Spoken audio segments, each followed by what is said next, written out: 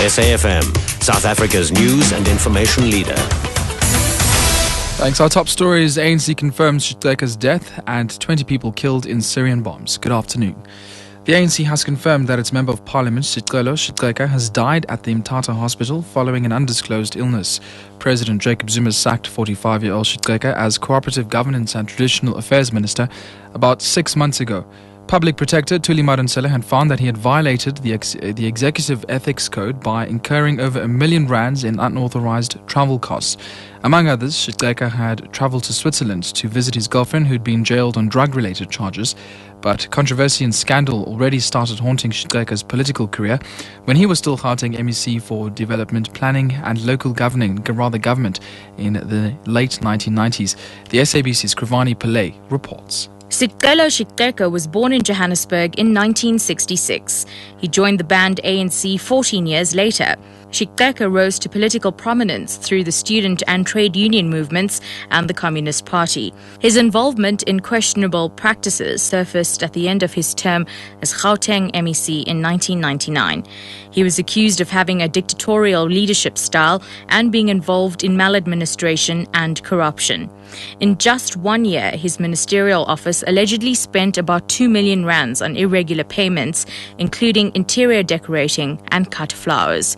Officially, he didn't have a master's degree in political economy, as claimed. ANC spokesperson Jackson Ntembu has praised the late Shiteka for his contribution to the struggle against injustice in South Africa. Ntembu says Shiteka will also be remembered for the significant role he played in the trade union movement and in the run-up to the country's first democratic elections in 1994.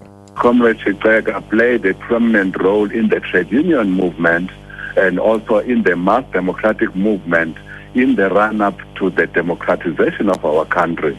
So he was not a spectator as we struggled for all of us to get freedom. He was there.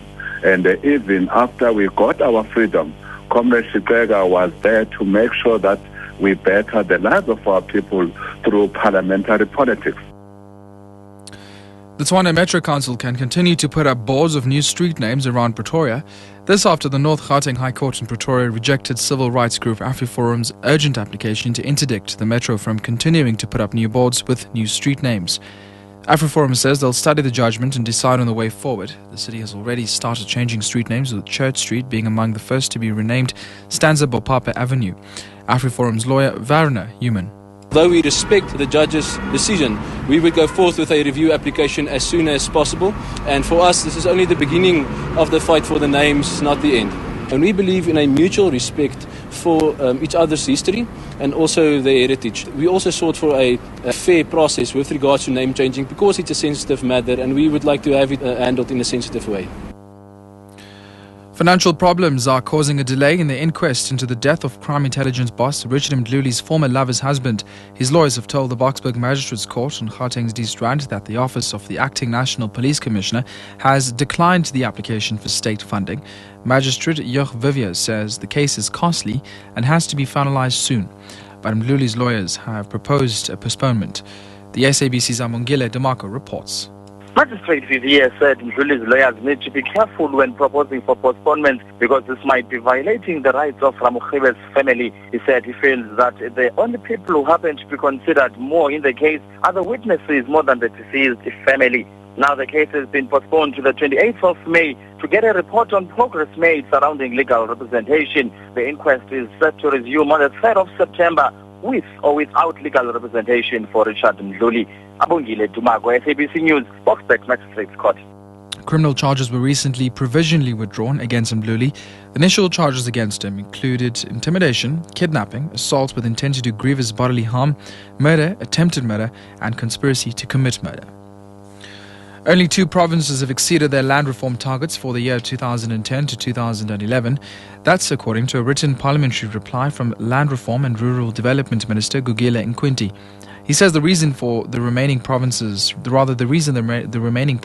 have not met their targets range from the non-availability of strategically located land to high prices. Nkwinti says the department has also exceeded its target by more than 42,000 hectares for the year. And finally, Syrian human rights activists say more than 20 people have been killed when 2 bombs detonated near state intelligence buildings in the north of Idlib.